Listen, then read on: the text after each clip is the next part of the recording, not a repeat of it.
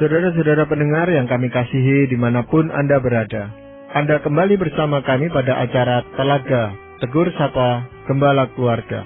Saya Gunawan Santoso dari Lembaga Bina Keluarga Kristen, dan kali ini saya bersama Ibu Wulan Sarjana Teologia. Kami akan berbincang-bincang dengan Bapak Pendeta Dr. Paul Gunadi. Beliau adalah seorang pakar dalam bidang konseling, serta dosen di Seminari Alkitab Asia Tenggara, Malang. Perbincangan kami kali ini tentang letih mental. Kami percaya acara ini pasti bermanfaat bagi kita sekalian, dan dari studio kami mengucapkan selamat mengikuti. Biasanya orang bicara tentang keletihan itu keletihan tubuh, Pak Paul. Tapi kali ini pokok pembicaraan yang hendak kita bicarakan adalah tentang keletihan mental. Sebenarnya apa itu, Pak Paul, keletihan mental ini? Keletihan mental itu seperti istilahnya sendiri mengatakan keletihan, tapi bukannya pada tubuh kita, tapi pada jiwa kita. Dengan kata lain, secara menyeluruh kita itu tuh merasakan suatu keletihan sehingga akhirnya apa-apa yang biasanya kita lakukan atau harus lakukan sekarang tidak bisa lagi kita lakukan. Jadi ini adalah sebuah keletihan yang lebih bersifat psikologis. Tapi semua orang bisa mengalami itu, Pak. Saya kira semua orang bisa, tapi ada kelompok masyarakat yang tertentu yang lebih rawan ya terhadap keletihan mental. Nah, siapakah mereka itu? Mereka adalah orang-orang yang bekerja dengan manusia, yang melayani manusia. Mereka adalah orang-orang yang misalkan bekerja sebagai seorang rohaniwan, sebagai pekerja sosial, sebagai seorang konselor dan sebagainya. Mereka adalah orang-orang yang terus-menerus dituntut untuk mengerti manusia dan melayani manusia. Nah, ternyata orang-orang yang memiliki profesi seperti ini lebih rentan terhadap keletihan mental. Jadi mungkin ikut menanggung beban dari pasiennya atau orang lain itu, Pak Paul? Salah satunya itu, tapi nanti kita akan lihat bahwa ternyata keletihan mental ini nih bukan hanya ditimbulkan oleh satu faktor, tapi bisa ditimbulkan oleh berbagai faktor. Dan sebelumnya kita juga harus membedakan keletihan mental dengan kejenuhan ya, Pak Gunawan. Sebab kejenuhan itu tuh seringkali diterjemahkan ya dari kata bahasa Inggris burnout. Sebetulnya bukan hanya itu ya. Kejenuhan, misalkan kita jenuh melakukan sesuatu yang kita terbiasa melakukannya. Itu tuh bukannya letih mental. Sebab ada orang yang jenuh misalkan melakukan pekerjaannya, tapi di luar pekerjaannya ya dia sangat biasa-biasa ya, sangat bahagia, sangat bisa berfungsi dengan baik. Hanya di dalam pekerjaannya lah dia merasa jenuh melakukan hal yang sama setiap hari. Kalau letih mental tidak seperti itu. Baik di tempat pekerjaan, baik di rumah, baik dalam kehidupan pribadinya. Benar-benar seperti lilin yang habis dan tidak ada lagi api di situ. Tadi Pak Paul bilang ini bisa menimpa anak-anak Tuhan, konselor dan sebagainya. Termasuk berarti hamba Tuhan gitu ya Pak Paul. Kalau hamba Tuhan bisa tertimpa seperti ini, saya membayangkan reaksi dari para jemaat ataupun yang dibimbing begitu ya. Mereka kan tuntutannya terhadap hamba Tuhan cukup tinggi gitu. Mereka kadang-kadang melontarkan, loh hamba Tuhan aja seperti itu. Lalu kitanya bercerminnya, mereka harusnya kan yang lebih dari kita gitu. Itu dampaknya gimana Pak Paul kepada jemaat? Saya kira kalau misalkan memang terdeteksi oleh jemaat, sudah tentu jemaat akan bertanya-tanya apa yang terjadi. Nah, tapi biasanya tuh pertanyaan atau jawaban keduanya adalah, kok hamba Tuhan masih bisa seperti itu ya? Kok hamba Tuhan kok tidak sekuat yang kami harapkan gitu? Bukankah dia harusnya lah hidup dekat dengan Tuhan dan tidak mengalami semua ini? Jadi ya bisa sekali ya timbul reaksi buruk ya, reaksi negatif kalau kita sebagai hamba Tuhan dilihat oleh jemaat kita memiliki keletihan mental seperti ini. Dan itulah yang sebetulnya menjadi ketakutan para rohaniwan juga ya. Itu sebabnya rohaniwan akhirnya berupaya untuk tampil prima di depan jemaatnya ya. Jangan sampai nanti jemaat melihat, wah bahwa saya ini nih letih mental, tidak bersemangat dan sebagainya. Jadi akhirnya itu sendiri menjadi jebakan yang makin memperparah kondisinya dia. Jadi kayak pakai topeng terus ya Pak ya? Seolah-olah menjadi seperti topengnya yang dia harus kenakan setiap kali dia tampil di hadapan jemaatnya. Tapi mungkin jemaat juga tidak terlalu banyak yang menyadari bahwa pimpinannya ini sedang letih mental. Bahwa yang kelihatan itu hanya reaksi-reaksi atau apa ya, tindakan-tindakan yang kadang-kadang dilihat aneh gitu Pak Paul ya. Nah sebenarnya apa itu ciri-cirinya supaya kita itu bisa mengenali, oh dia sedang letih mental gitu. Dan bukan jenuh aja gitu Pak Paul.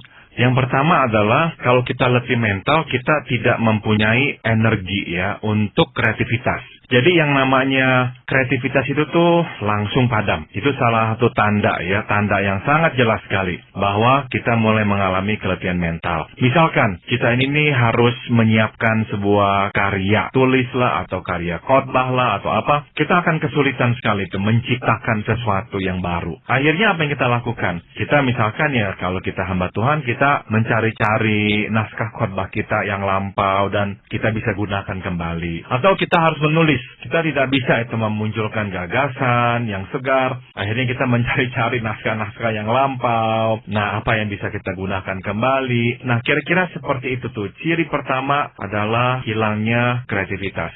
Itu juga bisa menimpa pemimpin itu Pak Paul, di dalam satu kelompok kerja sebagainya itu nggak punya ide dia Pak Paul. Sama sekali nggak punya ide, dan ini beda dengan orang yang kehabisan ide. Kadang-kadang kita itu tuh bisa kehabisan ide, ya bukan itu. Sebab orang yang kehabisan ide bisa jadi tetap bersemangat, segar, tapi ya kok rasanya ini mandeknya, tidak bisa ketemu ide yang baru. Kalau keletihan mental bukan, jadi benar-benar tumpul sekali. Bahkan untuk mengeluarkan gagasan yang sederhana sekalipun ya, sesuatu yang seharusnya bisa dilakukan olehnya dengan sangat mudah, tiba-tiba menjadi sangat sulit untuk dikerjakan. Faktor usia mempengaruhi nggak Pak Paul?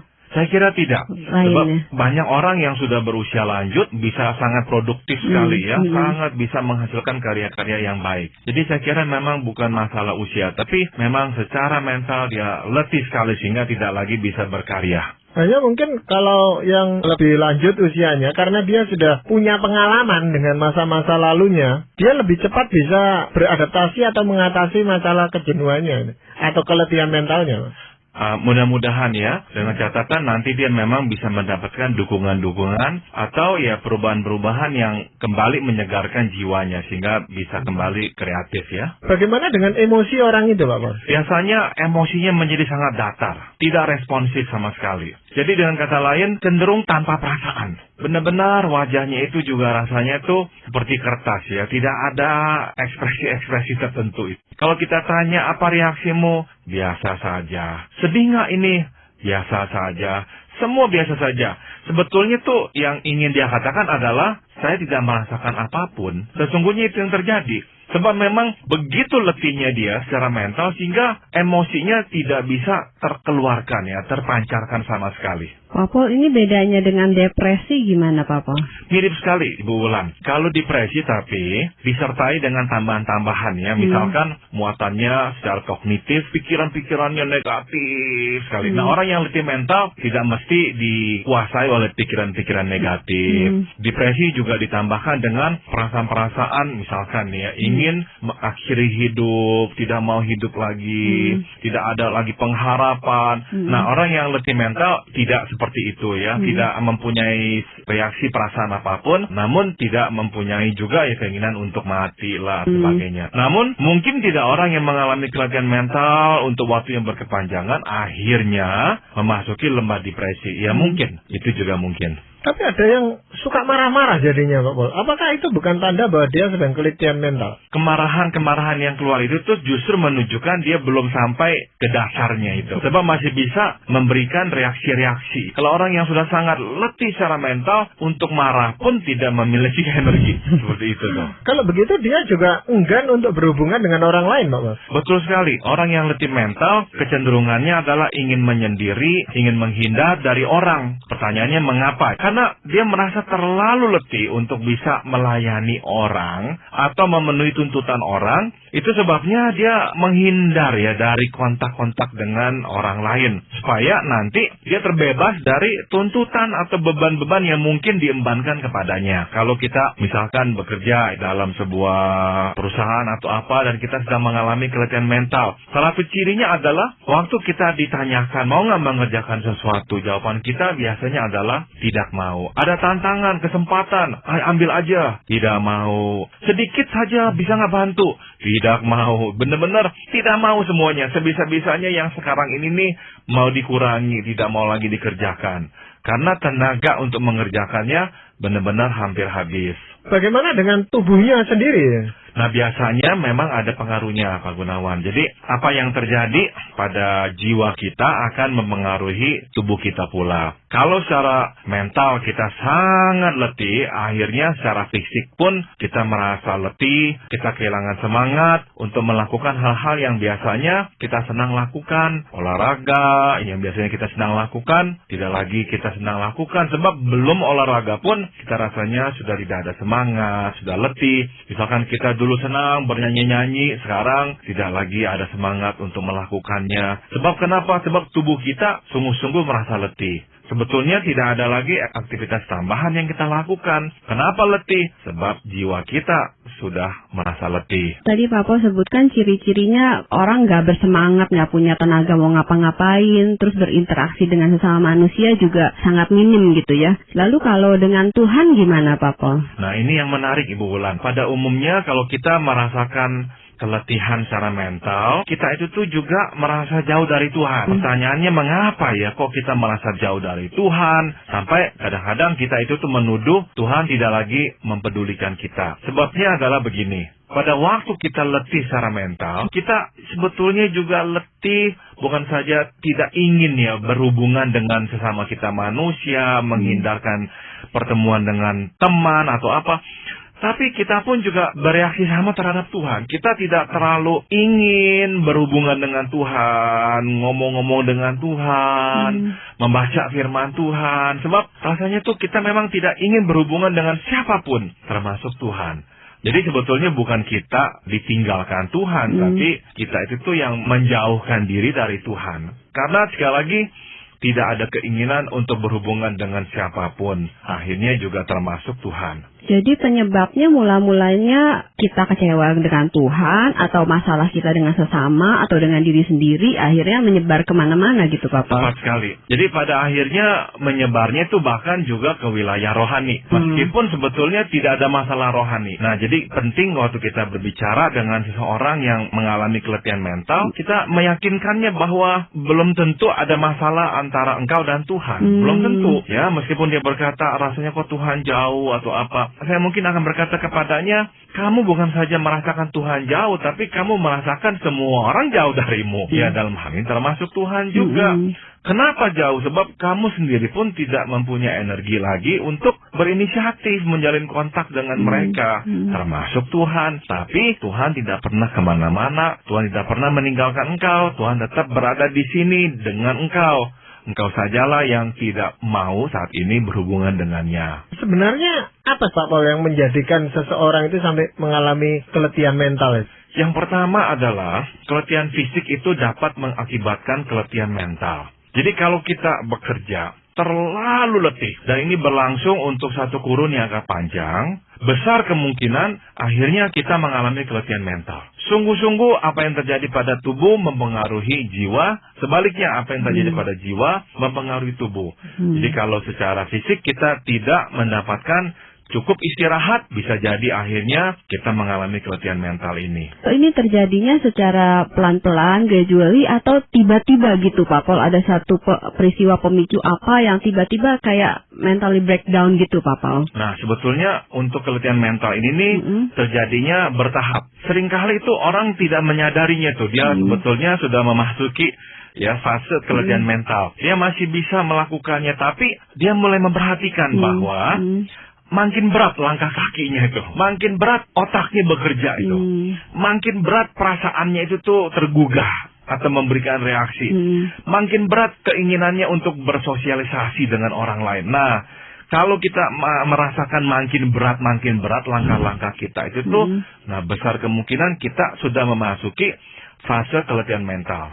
Tetapi Bapak, kalau seorang itu bekerja, melakukan suatu pekerjaan walaupun banyak, tapi dilakukan dengan senang hati, dengan sukacita, kan tidak akan timbul keletihan mental. Nah, seharusnya memang tidak. Tapi sekali lagi, kalau terlalu letih, meskipun dia menyukainya, besar kemungkinan lama-lama dia akan mengalami keletihan mental. Sebab memang tubuh kita tidak didesain untuk bekerja melampaui kekuatan kita. Kalau itu terus kita lakukan, akan ada gangguan. Nah, biasanya kita sakit, kalau itu secara fisik. Atau kalau fisik kita masih kuat, kita tidak terkena sakit. Nah, inilah reaksi atau biasanya dampaknya, yaitu kita mengalami keletihan mental. Walaupun misalnya dia bekerja seperti Pak Gunawan bilang, dia menyukai dan dapat penghargaan gitu Pak Pol, tetap bisa kena ini ya Pak Pol.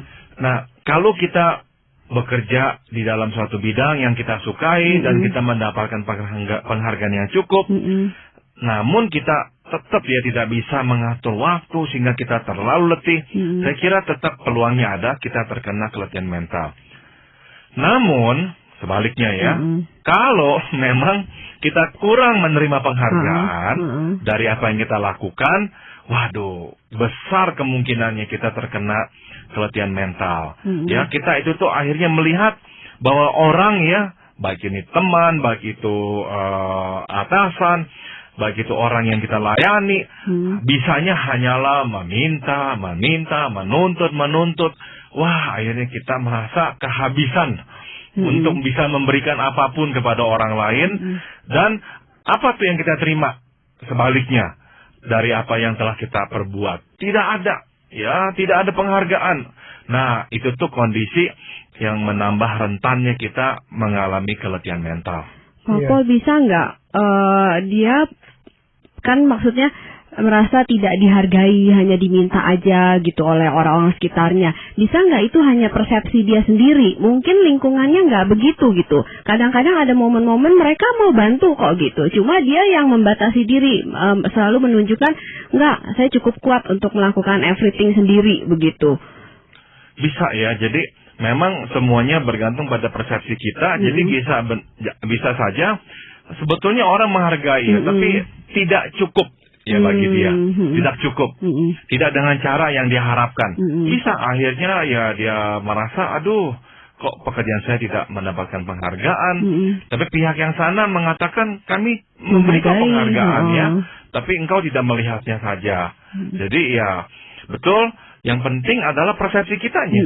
Kalau persepsi kita mengatakan kita tidak mendapatkan penghargaan, ya dampaknya akhirnya bisa menyerang kita, kita mengalami keletihan mental. Mungkin karena kita merasa diperlakukan tidak adil gitu Pak Pol dalam hal ini. Jadi yang kita berikan itu lebih banyak daripada penghargaan yang kita terima atau seperti itu. Betul sekali Pak Gunawan. Ini adalah salah satu kondisi yang menambah rentannya kita terhadap keletihan mental. Kita merasa tidak adil. Kenapa kok orang lain itu tuh bisa mendapatkan begitu banyak ya? Meskipun hanya memberi sedikit. Kita udah memberi banyak, tapi kok hanya menerima sedikit, tidak adil ini.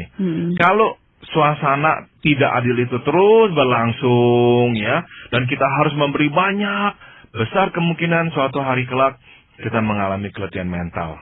Ada pengaruh masa kecil nggak Pak Pol? Misalnya orang tua kita ya tanda kutip agak kurang adil gitu. Misalnya salah satu anak udah berjuang mati-matian, masih tetap ada salahnya, masih dituntut ini dan itu gitu. Sedangkan pada anak yang lain lebih disayang gitu Pak Pol. Saya kira itu berpengaruh Ibu Walan. Jadi kalau memang masa kecil kita seperti itu, dan sekarang pada masa dewasa kita mengalaminya kembali ya, besar kemungkinan memang yang masa kecil itu tuh akan bangkit ya, bangkit dan benar-benar menindih kita dua kali lipat.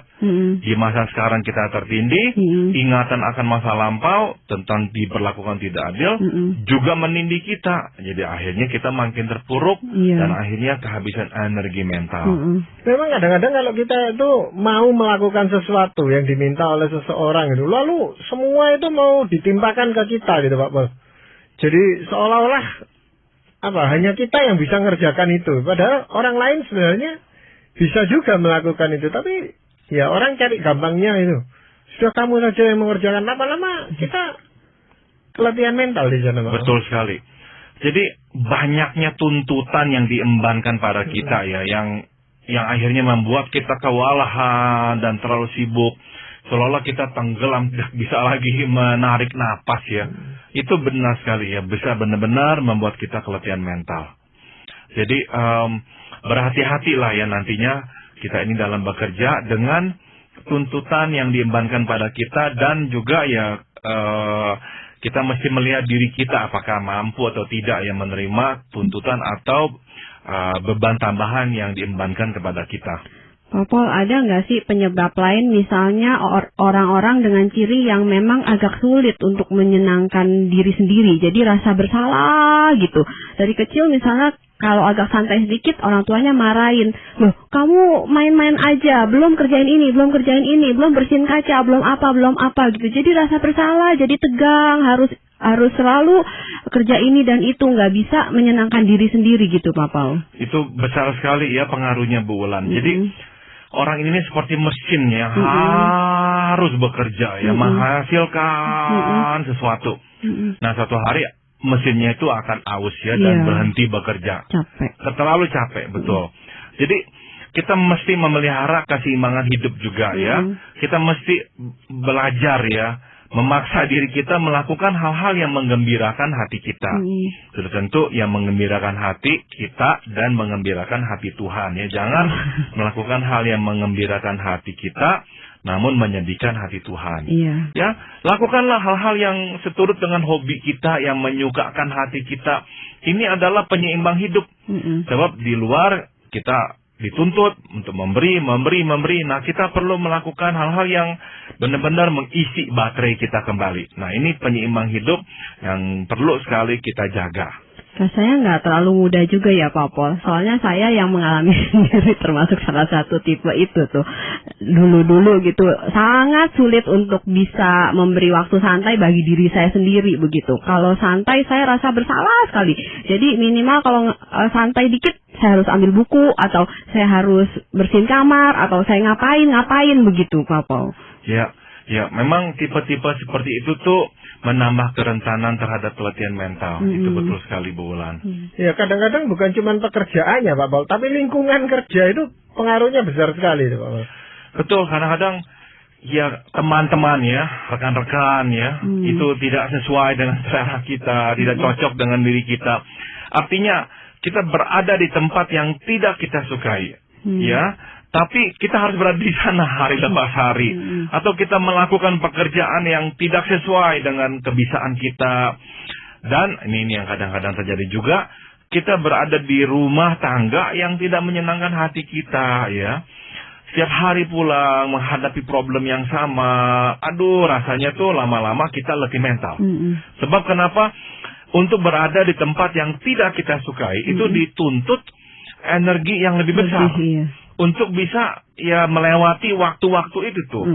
Ya, makanya kalau kita harus berada di tempat yang tidak kita sukai, rasanya 1 menit pun itu lama luar biasa. Kenapa 1 menit itu lama? Karena energi yang dibutuhkan untuk melewati 1 menit itu besar. Jadi kalau kita harus menghadapinya berjam-jam, berarti energi yang terhabiskan itu juga sangat besar. Nah, kalau itu berlangsung, berlarut-larut, akhirnya kita mengalami keletihan mental pula.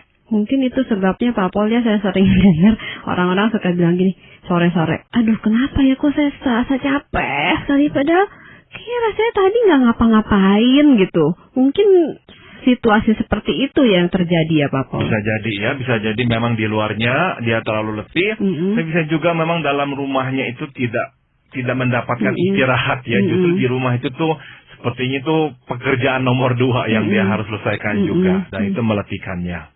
Itu kadang-kadang menjadi masalah bagi pimpinan-pimpinan dan sebagainya itu, karena tidak ada teman yang diajak bicara dan sebagainya gitu. Di rumah juga Pak Pol. Betul hal yang sekali. sama dialami itu. Betul sekali ya. Jadi merasa kesendirian, tidak ada yang sungguh bisa mengerti kita dan membagi beban kita. Dan akhirnya, aduh makin terjepit, makin sendiri. Dan ada juga yang merasakan apapun yang kita lakukan ya di luar dalam pekerjaan kita tidak membuahkan hasil. Ataupun di rumah tangga juga sama. Kita bekerja, membereskan masalah, tapi tidak membuahkan hasil. Wah, kita akhirnya merasa letih sekali.